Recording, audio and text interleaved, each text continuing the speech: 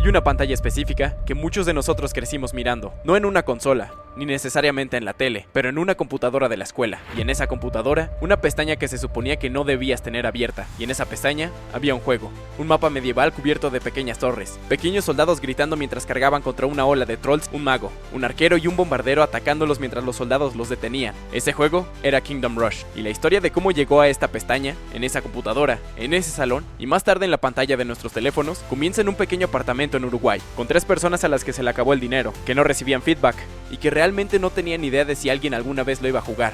Álvaro Azopra, Pablo Realini y Gonzalo Sande no eran desarrolladores de juegos, al menos no oficialmente. Venían del mundo del TI, básicamente, escribían código para sitios web, haciendo el tipo de trabajo que paga las cuentas, pero no enciende tu pasión. Lo que realmente les importaba eran los videojuegos. Habían crecido jugándolos, hablando sobre ellos, y lo más importante, soñando con hacerlos. Y en enero del año 2010, decidieron dejar de soñar y simplemente hacerlo. Dejaron atrás la poca seguridad que tenían, reunieron sus recursos y fundaron Ironhead Game Studios en una sala de estar de 10 metros cuadrados en Montevideo. El problema era que no tenían ruta.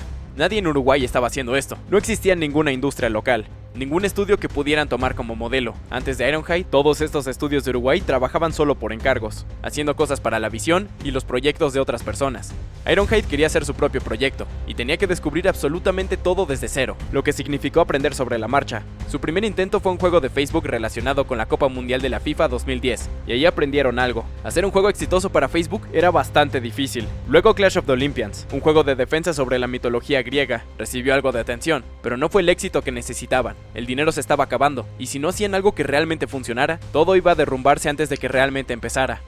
Así que se sentaron y pensaron detenidamente en lo que sabían y en lo que la gente realmente quería jugar. Les encantaban los juegos de defensa. Desktop Tower Defense ya había demostrado que ese formato podía atraer audiencias masivas. Bloons había estado funcionando en esos mismos portales de Flash desde el 2007, tan popular que ya tenía una serie, y Plantas vs Zombies acababa de demostrarle al mundo entero que un juego de Tower Defense inteligente y pulido podía ser un fenómeno cultural. Ironhide observó ese panorama y pensó, podemos hacer nuestra propia versión. La temática medieval surgió de todos eran jugadores de Dungeons and Dragons, caballeros, magos y hechiceros oscuros era el lenguaje con el que habían crecido.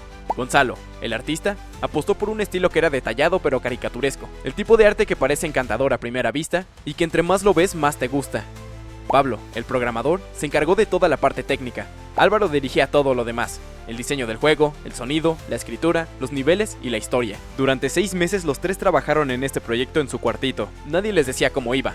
No hubo pruebas de juego externas, no hubo feedback, nada. Estaban construyendo en el vacío, apostando todo a su propio instinto. Pero ya cerca del lanzamiento, los ahorros habían acabado. Lo que fuera de Kingdom Rush en ese momento, eso era exactamente lo que el mundo iba a recibir, y tenía que funcionar. No había otra opción. Lo publicaron en Armor Games, una plataforma web que alojaba juegos como ese, a finales de julio de 2011. Todo lo que podían hacer era esperar lo mejor. Y sí que funcionó. En cuestión de días, se convirtió en uno de los juegos más populares del sitio. Después llegó a Congregate, y consiguió una de las calificaciones más altas que la plataforma había registrado jamás. Durante los meses siguientes, los jugadores acumularon cientos de miles de partidas a través de distintos portales, hasta superar los 300 millones. 300 millones de partidas en un juego hecho por 3 personas en una habitación pequeña, que se había quedado sin dinero a final del desarrollo. Los críticos dijeron que era un juego que le daba nueva vida al género Tower Defense. Los jugadores dijeron que era el mejor de todos. Y lo que aparecía una y otra vez, no era solo que el juego fuera divertido, era que se sentía completo. Cada tipo de torre tenía su propia personalidad. El árbol de mejoras realmente te hacía detenerte a pensar. Los enemigos no eran simplemente versiones más grandes unos de otros, tenían comportamientos específicos y patrones a los que incluso el humor funcionaba. Los pequeños soldados gritando "Reinforce". Los jefes se burlaban de ti con frases de películas. Era un juego que transmitía la sensación de que las personas que lo hicieron realmente lo amaban, y eso era porque realmente lo hacían.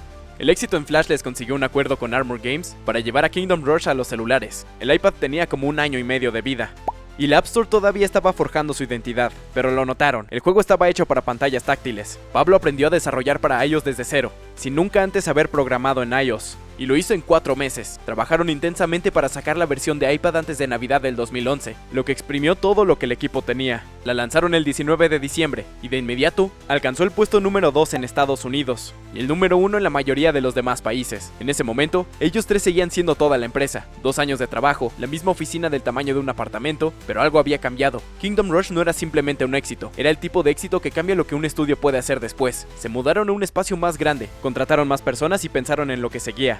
¿Kingdom Rush iba a ser éxito de una sola vez? ¿O podían hacer que el rayo cayera 2 veces? Lo que vino después fue Kingdom Rush Frontiers en 2013 y alcanzó el puesto número 1 en la lista de ventas de más de 40 países. Origins llegó en 2014. Una precuela que llevó el arte y la animación más lejos que cualquier otra cosa que hubieran hecho, lanzándose simultáneamente en iOS y Android. El equipo siguió creciendo, las oficinas también. Tuvieron que mudarse una y otra vez solo para que todos cupieran. Ahora sí era un estudio que venía con una racha de éxito.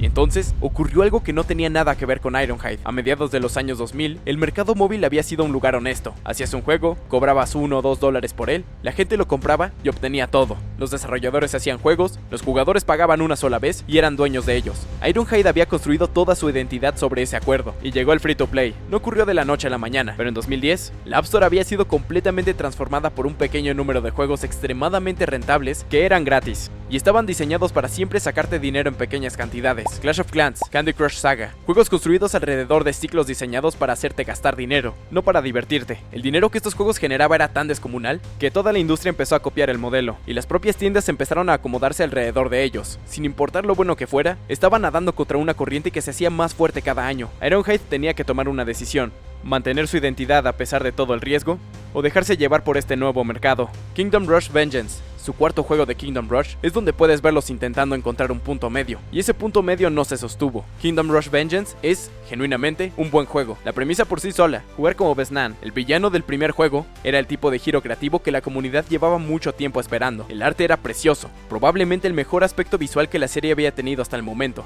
Muchos fans de toda la vida lo adoraron, pero la parte comercial había cambiado de una forma que los jugadores notaron. Los juegos anteriores ya habían bloqueado a algunos héroes detrás de compras adicionales, pero eso era cosmético, opcional. Vengeance bloqueó torres detrás de muros de pago. Sí, torres, en un juego de Tower Defense. Podías terminar la campaña sin ellas, Ironhide lo dijo públicamente, pero el simple hecho de que estuvieran ahí, detrás de compras independientes que a veces costaban más que el juego base, decepcionó a la comunidad. Un crítico describió esta monetización como una misión para tontos, y aún así, le dio al juego una buena reseña. Los fans en los foros fueron mucho menos diplomáticos. El problema realmente ni siquiera el dinero. Los 3 primeros juegos daban la sensación de que las personas que los hicieron querían darte todo lo que tenían.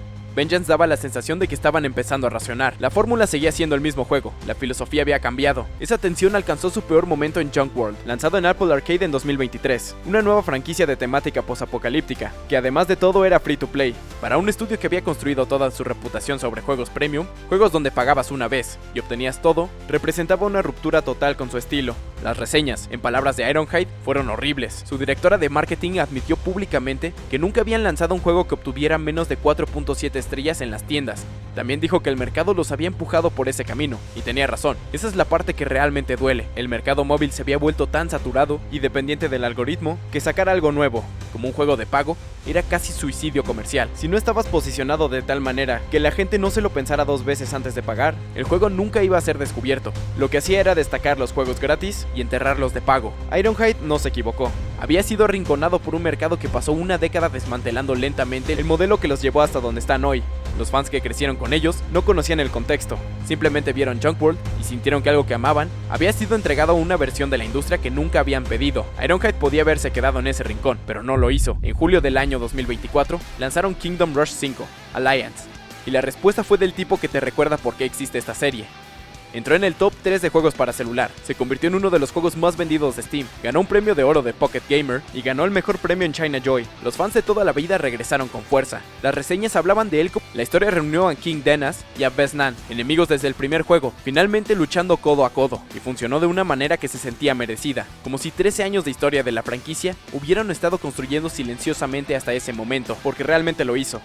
Ahora, alejémonos por un segundo, porque esta historia es más grande que una serie de videojuegos. Antes de Kingdom Rush, ningún estudio de Uruguay había lanzado jamás un videojuego comercial original, ni uno solo. Todos los desarrolladores estaban creando cosas para alguien más. Ironhide cambió eso, y ese cambio se multiplicó. Su éxito le mostró a toda una generación de desarrolladores uruguayos que era posible construir algo desde cero, desde tu propia sala, y lograr que el mundo lo juegue. Ironhide llegó a ocupar la vicepresidencia de la primera asociación de desarrolladores en Uruguay, y asumió la dirección del concurso nacional de videojuegos, una competencia que hoy atrae a 10 o más miembros nuevos del equipo cada año. El Foro Económico Mundial citó específicamente a Kingdom Rush al escribir sobre el crecimiento de la industria de los juegos en América Latina. Un juego hecho por 3 personas que se quedó sin dinero al lanzarlo.